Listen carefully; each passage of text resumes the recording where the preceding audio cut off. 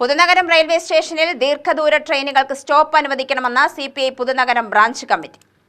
ടൗണിൽ അനധികൃതമായി നടത്തുന്ന മാംസക്കച്ചവടം നിരോധിക്കണമെന്നും ആവശ്യപ്പെട്ട ബ്രാഞ്ച് സമ്മേളനം CPI സംസ്ഥാന കമ്മിറ്റി അംഗം T. സിദ്ധാർത്ഥൻ ഉദ്ഘാടനം ചെയ്തു.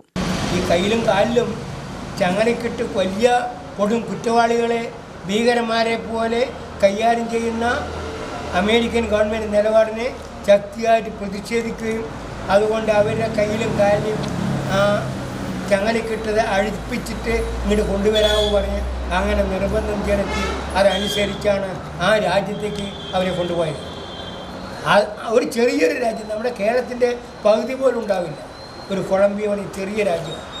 പക്ഷേ ഇന്ത്യ പോലുള്ള 140 കോടി ജനം വരുന്ന രാജ്യത്തിൻ്റെ പ്രധാനമന്ത്രിക്കോ ഈ രാജ്യത്തെ ഭരണാധികാരികൾക്കോ ഇവിടെ കൊണ്ടുവന്ന ആ നിലപാടിനെതിരെ വർത്തമാനം പറയാനോ ആ രീതിയിൽ കൊണ്ടുവരാൻ പാടില്ല എന്ന് പറയാനോ ചങ്കൂറ്റം കാണിക്കാത്ത ഒരു രാജ്യമാണ് നമ്മുടെ രാജ്യം.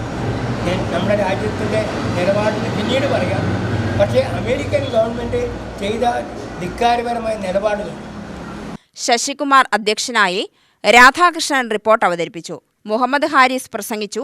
K. സുബ്രഹ്മണ്യനെ സെക്രട്ടറിയായും മുഹമ്മദ് ഹാരിസിനെ അസിസ്റ്റന്റ് സെക്രട്ടറിയായും തെരഞ്ഞെടുത്തു.